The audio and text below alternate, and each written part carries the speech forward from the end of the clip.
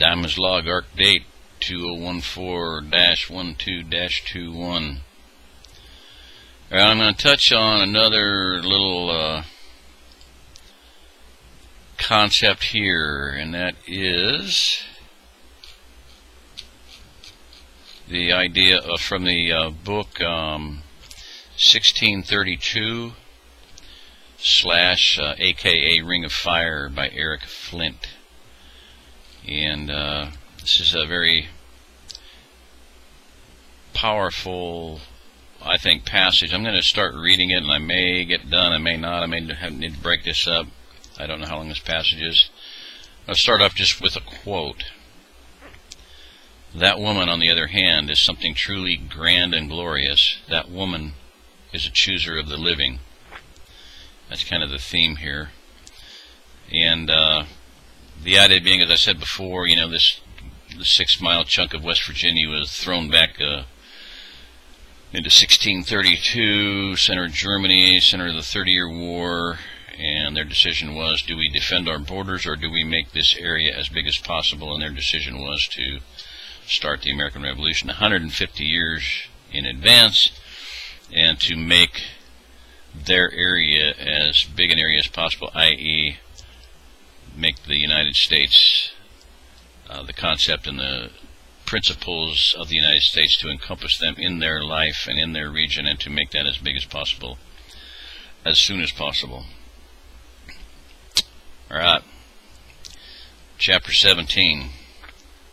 The scenario here is, this is their first major battle. They do have some weapons, modern weapons, and they use them on these mercenaries.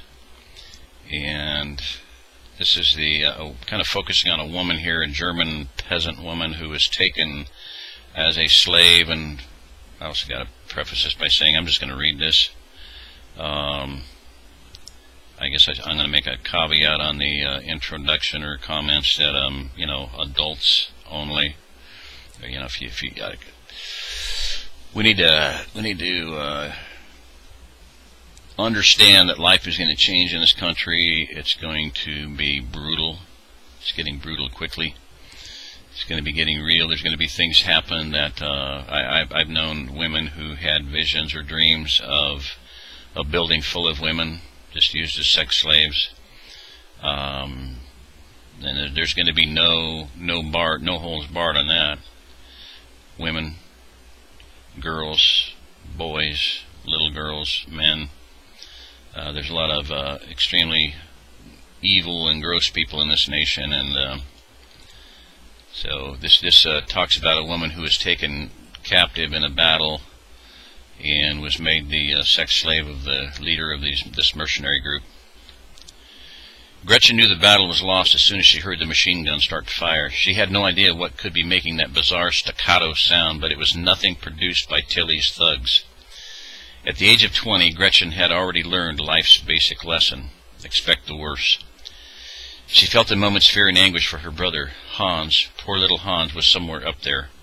Near the very front he would be too, since Ludwig's men were considered part of the elite, as mercenaries gauge such things.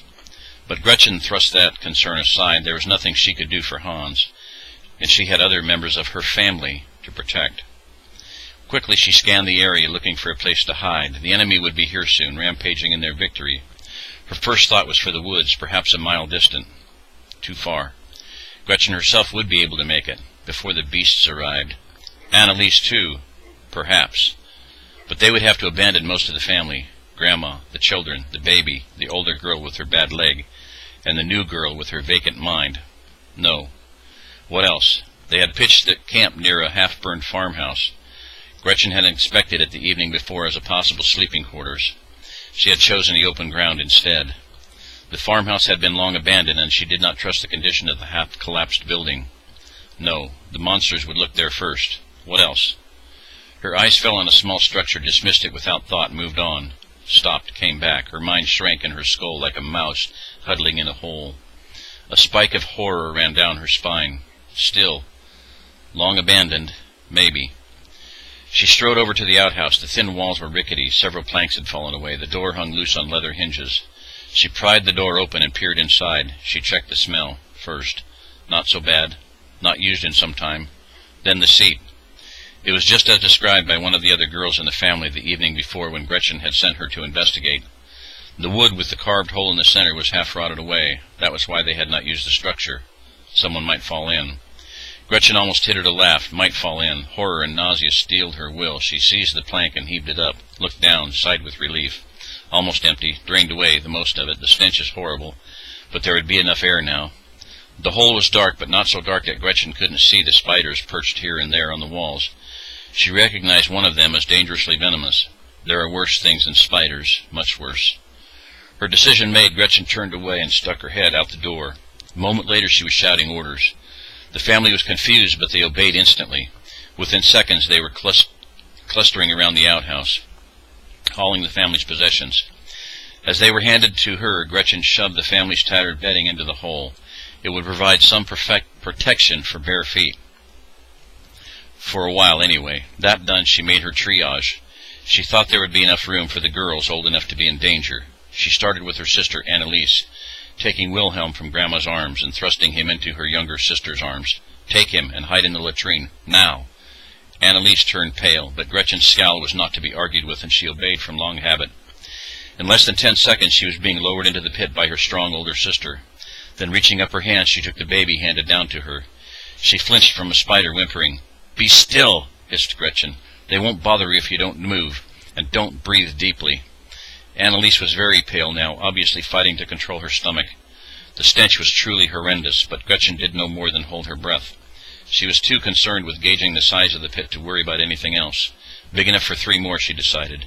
Turning away, she called out for Elizabeth and Matilda, the 2 girls in the group of the same age as Annalise. They squealed and shrieked, but again Gretchen's will was not to be thwarted. Who else? Her eyes fell on the young farm girl who had recently been forced into the camp. The girl was not pretty, not in the least. Her face was so plain it was almost ugly, and her figure was like a sack of potatoes, but she was young, not more than 16, and that would be enough. Gretchen gauged the girl for a moment. The dazed, half-vacant look on her face convinced her. She will not survive another one. Not her mind, at least. Not this soon. "Get in," she ordered, pointing into the latrine. The girl stared at her, uncomprehending. "Get in," Gretchen repeated. She extended her hand. The girl finally understood. Her mouth dropped open. "Get in," Gretchen's voice was iron with command. "It's just filth, woman. Nasty, but it won't kill you." The girl was still gaping. "Idiot!" hissed Gretchen. "It's the only place they won't look for women." Comprehension came, and with it terror. Trembling, the girl came into the outhouse. Her legs were barely holding her up. Gretchen was a big woman and very strong. She took the girl under the armpits, picked her up, and lowered her into the mess. Soon enough, the task was done. Gretchen nodded with satisfaction. "If anyone starts to raise the lid," she commanded the 4 girls, "lower your heads and press against the sides as far out of sight as possible. Never mind the spiders." To Annalise, "And make sure you cover the baby's mouth if he starts to cry or scream." Annalise's eyes were wide. "What if—" She took a little breath through pinched nostrils. "I can't cover his face for very long. He'll suffocate." Gretchen shook her head. "If they open the lid, it won't be for more than a second or 2. Not as stinky as that is. As for the other—" Gretchen's face was blank. "There will be so much noise up here that no one will hear a baby." It was time. Only half of Gretchen's mind had been on the sounds of the battle, but that half now surged to the fore. The other side is winning. They will be here soon. Quickly, almost violently, she seized the lid and rested it back over the latrine. The only opening in the wooden cover was a squat hole too small to allow any light to enter the cavity below. The 4 girls and the baby, hidden below, were quite invisible. Satisfied that she had done what she could for them, Gretchen left the outhouse and wrestled the door back into place. Then she gave the rest of the area a quick scrutiny. The entire camp by now was in an uproar. Hundreds of people were shouting and screaming. Many of them were starting to flee to the north. For a moment Gretchen was tempted to follow them. She was young enough and in good enough health that she could reach the cover of the distant woods before the enemy's soldiers arrived. But she would have to abandon her grandmother and the others. No. What else? It didn't take her more than 5 seconds to come up with the answer. Nothing. Survived, that's all. The small crowd was still clustered around her. Gretchen walked off a considerable distance from the house. Then she ordered the older women to take the children and gather in a circle away from the camp's tents and possessions. There they might be relatively safe. They would be of no personal use to the soldiers, and they obviously possessed nothing beyond the rags they were wearing. For the rest, one of the 3 younger women fell to her knees and began praying. Within seconds, the others had all joined her. Gretchen remained standing. What was the point of prayer? She did not fear for her soul. The abuse of her body would end eventually. She needed only to shield her mind. Prayer provided no help for that purpose. Blank. Blank. She began to emptying herself of all thoughts. Nothing. A last glimpse of Hans marching fearfully into battle, a last flash of grief. Empty. All that remained was sensation. Eyes open, staring at the small figures of men charging forward from the distance. Her ears heard their whooping and hollering, but her brain made nothing of the words. Mostly she focused on the tactile sense, feeling with her fingers the small knife which Hans had stolen for her many months ago. The knife was hidden away in her bodice in a sheath under her armpit which she had sewn herself. The soldiers would not look there. They would not even bother to remove the dress. The feel of the knife brought final emptiness. As she waited, Gretchen never thought once of suicide. She would survive, if at all possible, but the knife was there should it be needed. If the soldiers, they were nearer now, much nearer, threatened her very life. Gretchen had long ago decided she would not leave this earth without taking a devil with her into the afterlife. It was the comfort of that knife, perhaps, which kept her mind blank for so many seconds after wonder appeared. Or perhaps it was simply the peculiarity of the wonder itself. Gretchen had heard once a tale of knights in shining armor. Her grandfather had read her a story from a borrowed book. She had been 10 years old. The war had just begun and was only a rumor out of mad Bohemia. Yet even at that age, Gretchen had thought the tale was ludicrous. She did not believe in knights. Armed and armored beasts, yes. Knights? No.